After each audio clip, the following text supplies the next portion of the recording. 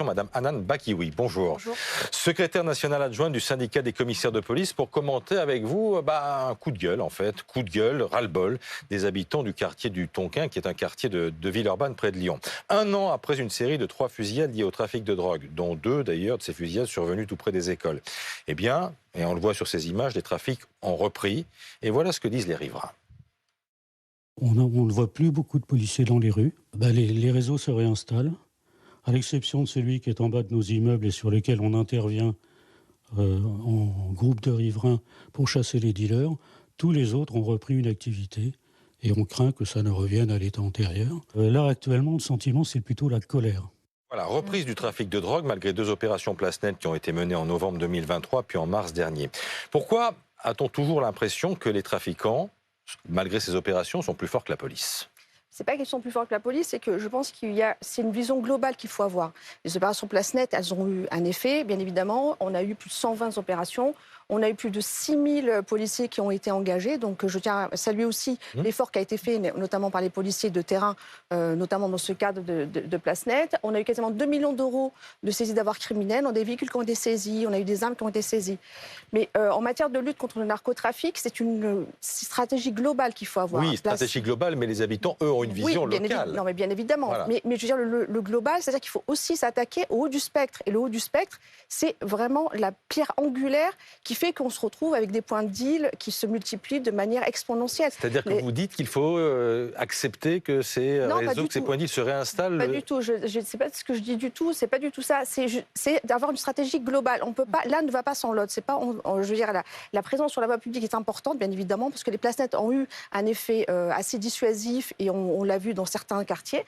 Mais à côté de ça, il faut aussi lutter contre le haut du spectre. C'est une vision globale qu'il faut avoir. Donc, si on veut avoir une politique efficace, il faut qu'elle soit globale,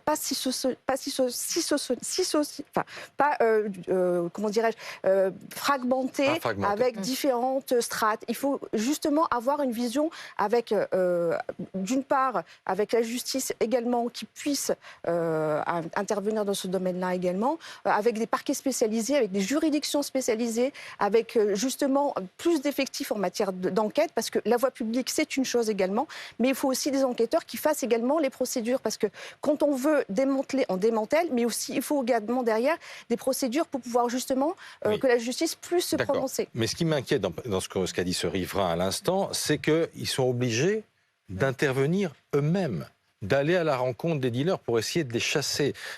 Ça, c'est pas normal et c'est quand même extrêmement risqué, non? Non, mais évidemment, je veux dire, la police, c'est un pouvoir régalien de l'État. Donc, les riverains, il n'y a pas... je veux dire, ça devient... C'est un non-sens. Il y a une vraie difficulté en ce sens-là. Je pense qu'il y a aussi une difficulté en matière... les chefs de police que je représente se rendent compte qu'il y a également des difficultés en matière de recrutement. Alors, des difficultés en matière d'effectifs. Justement, c'est ce que dit le maire de Villeurbanne. Il dit... Voilà, il manque la promesse formulée par le précédent ministre de l'Intérieur, en l'occurrence Gérald Darmanin. On l'écoute. C'est vrai que, comme les habitants, moi j'attends la brigade de sécurité territoriale qui avait été annoncée par le ministre de l'Intérieur Darmanin, parce que c'est ce qui va permettre de maintenir la pression. Parce que sinon, effectivement, dans quelques semaines ou dans quelques mois, ce sera tout ça pour rien. Est-ce qu'on est sûr qu'elle va être déployée, cette brigade ? Bien évidemment qu'elles seront déployées. Vous savez, la formation d'un gardien de la paix, c'est 12 mois de formation. Donc il y a aussi les recrutements. Donc on est en train de recruter, on a pas mal recruté. Mais la difficulté, c'est qu'on a dû faire face aussi à la politique qu'on avait connue sous l'ère il y a quelques années de ça, où on a justement une vision comptable.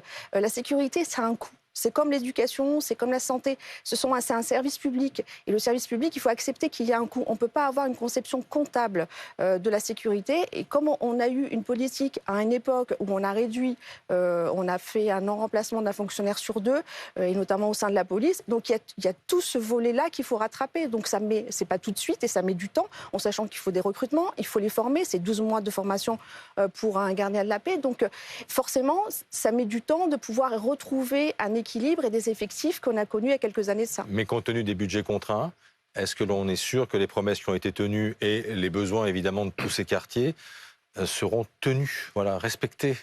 Alors, j'ose espérer, mais il semble-t-il que le budget concernant la sécurité soit sanctuarisé. Alors, je ne sais pas. Oui, mais pour ce qui est des recrutements, l'annonce qui avait été faite, c'était un gel en 2025, pas de nouveaux recrutements. Il y a déjà ceux qui ont été recrutés cette année et qui seront formés et qui vont sortir cette année et qui auront leur prise de poste en 2025.